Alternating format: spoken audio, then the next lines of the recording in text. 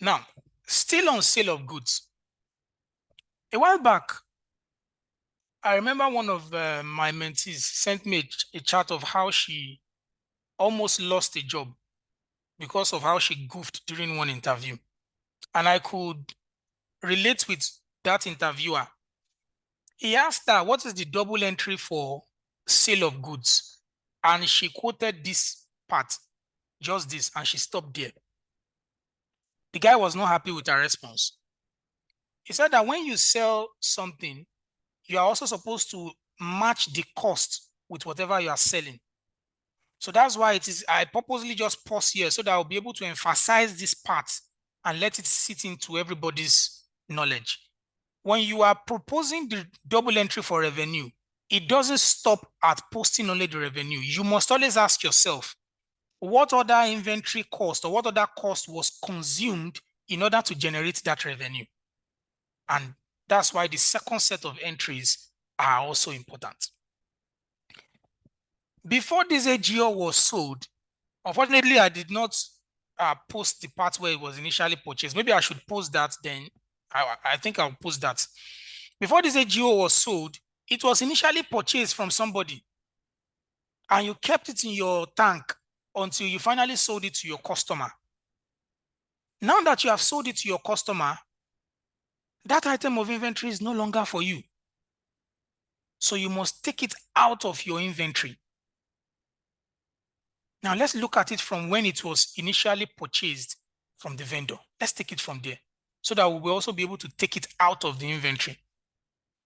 Remember what I said? Do not propose the journal for revenue without proposing the corresponding movement between inventory and cost of sales. That's what I mean in summary. Do not propose or do not pass the journal for revenue without passing the corresponding entry between revenue and cost of sales. Because this is something that happens every day. Some ERP systems have already been customized to pass these entries automatically. But it doesn't mean that you as an accountant should not understand what the ERP is doing at the back end. You may even find yourself in a manual system and you need to pass these things by yourself manually. You need to understand it as well. So let us first bring in the inventory. That will take us to the next item, which is purchase of goods from vendor. Let's take a look at it. Purchase of goods from vendor. Permit me to project that. Okay.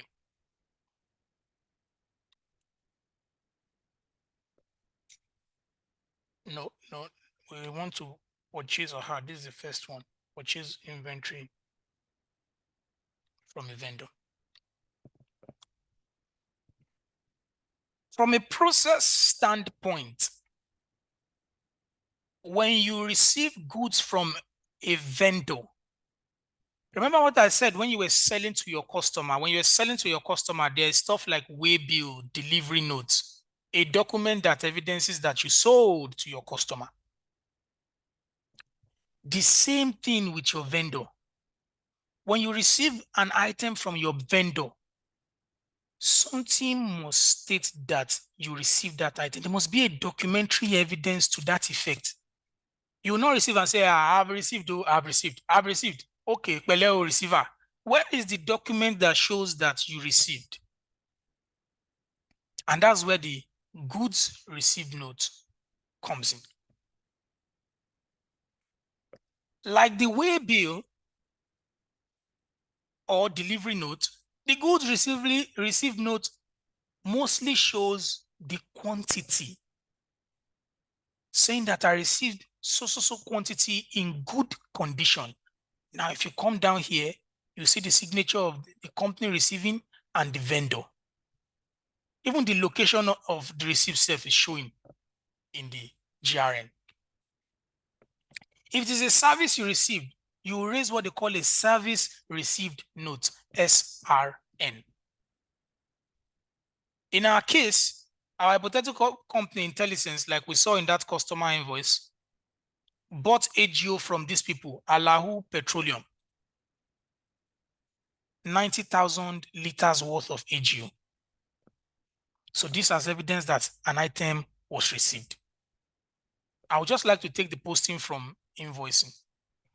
Then subsequently, those guys sent in their invoice.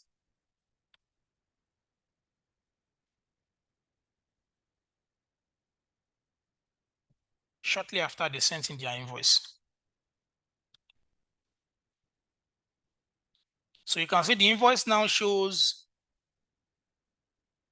the liters and the price, unlike GRN that mostly shows the quantity. Now, we have this invoice from this vendor. How do we post it? Remember how we took the customer on? Always ask yourself, how does this transaction or event or condition affect the elements? Start from the top. How does it affect financial position? How does it affect financial performance? That's the first question you should ask yourself. When you buy this item from the vendor on credit, you have not paid. Just like you jam somebody that was selling egg, and the egg broke, you have a liability to buy that egg back. Here too, you have a liability to pay for the AGO that they gave to you. Whether you will drink it or whether you will mix it with suya, now you sabi. The most important thing for the vendor is that pay me my money.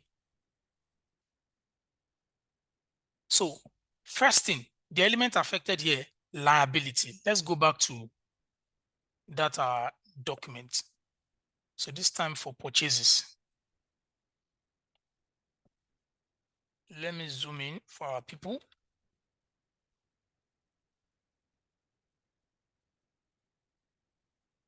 For purchases, I will copy this one and dump it here. So first thing first, liability don't come up. Liability. You have to pay for that item. Your liability will increase. As much as your liability will increase, the quantity of AGO you have in your tank will also increase. And to you, that AGO is an asset because you can sell it and make money. At the same time, your asset will increase. So what is happening here is that you debit your asset because it is increasing. Look at it. When asset increase, you debit it. When liability increase, you credit it. So you credit your liability. Again, like before, you ask yourself again, yes, it is asset. Yes, it is liability. But what is the specific name I want to call that asset? Remember what we said? God asked Adam, name the animals. They were first all animals. He now asked, what name them specifically? Oh, cat. Oh, lion. Oh, dog. Oh, there's one animal even called Chihuahua. I don't know what Adam saw. That he said this one is what? Chihuahua. That's left to Adam. So in this particular case, it is inventory. And what type of inventory? Be specific. Inventory AGO. That's the name of this type of asset. From a liability standpoint, it is trade payable because you owe the vendor for that thing that you have bought in the ordinary course of your business. Another one I want you to pay attention to again is that according to our tax law in Nigeria, and it's our tax law that's creating this particular one, when you buy an item of inventory for resale, follow me in this area, take note. Any VAT that the vendor charges you, you can recover that VAT through what they call input VAT. Remember that the VAT that you charge your customer, we called it output VAT, if you can remember, or VAT on invoice. But the VAT that your own vendor now charges you, because this life, it is give and take. What is turning back to you is turning front to another person. So when you are now dealing with a vendor too, the vendor will charge you VAT. That VAT that the vendor is charging you is called an input VAT. Based on our tax law, that input VAT can be recovered from the government. Because it can be recovered from the government, it is an asset. Therefore, another asset is increasing. And that asset is called input VAT. Some people will even call it VAT recoverable. Tomato, tomato, onion, onion. We are saying the same thing. Israel, Israel, we are saying the same thing. It's just the part of the country where we came from. I hope that is clear. I can say people, another person will say people is the part of the country we come from. We are saying the same thing. So when you transact with your vendor, this is how the debit and credit looks like on most occasions. That means we have to create an inventory AGO GL. We have to create an input VAT or VAT recoverable GL, and we have to create a trade payable GL. Guys, let's go back to our accounting records and post this transaction. Control C. I'm back here. I'll come to this chart of accounts. I will paste it here as the new set of general ledger accounts I want to post into. Just like we have a sub GL for trade receivable, we should also have a sub GL for trade payable. So this time, the name of the guy is allow. We can say AALVEN to mean vendor 001. That's a sub ledger. Remember what we said. Every GL must be associated with an element. Inventory is an asset. A VAT recoverable is also an asset. A trade payable is a liability. Ladies and gentlemen, give me a few minutes. The power just went off here, so I would switch over. Give me a few minutes. Great. So we have taken the GL, we have associated them with elements. The next thing we need to associate them, how would they appear in the notes to the financial statement, the notes to the account? Inventory AGO, everything will be termed as inventory. This one can also fall under statutory payable because it has to do with our taxes. Trade payable is trade payable. It can show as trade and other payable. Well, in the notes it's trade payable, then in the balance sheet it may be trade and other payable. Then the FS content, inventory relates to asset. Asset is a statement of financial position thing. If you see somebody telling you, I saw assets inside the income statement, run, that's not correct. Run, we have discussed it earlier today. Assets is statement of financial position. Well, don't run. Try to correct the person. Try to help the person out. And all of this relates to statement of financial position. So we can now go ahead to post. I come to this general ledger, general journal rather. When did we purchase this thing? Based on what I saw on the invoice, I saw 11th of January. I would have liked to take it from the GRN point, but I will take things little by little so we can accommodate time and touch something. So I'll take it from the invoicing point. That's why I said 11th of January. We'll debit our inventory, AGO. What is on the invoice for him? Okay,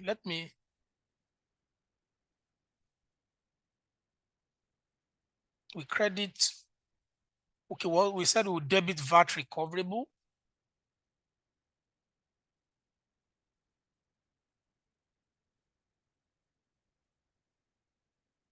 Then the next thing, we will credit liability. Need to find out why that thing keeps trade payable. So how much was purchased? Let me go back to that invoice. 57,566,250. But the amount before VAT was for 53,550.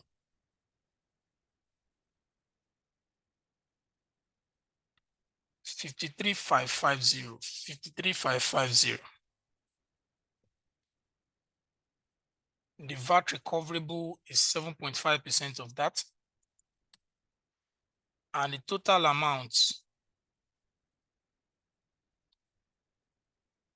I can just pick it from the invoice anyway, but instead of going back and forth, let me just get it straight. So by so doing, we have posted the receipt of the inventory that was subsequently sold. As a matter of fact, this should probably have come before the sales. So assume this came before the sales, you post the sales, then immediately after posting the sales, you have to post how the inventory of AGO, the cost, left inventory and went to that customer. If you allow me,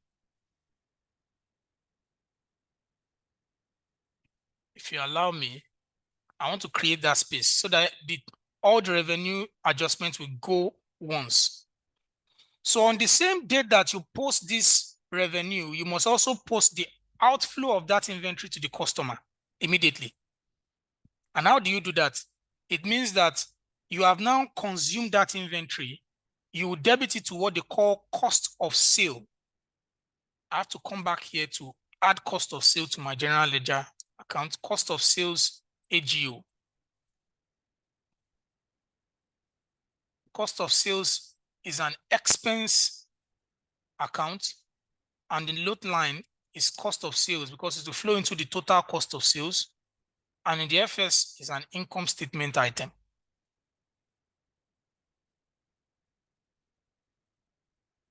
So anytime I consume an item of inventory, I'm expensing it. I'm using it up. So it will move from asset to expense.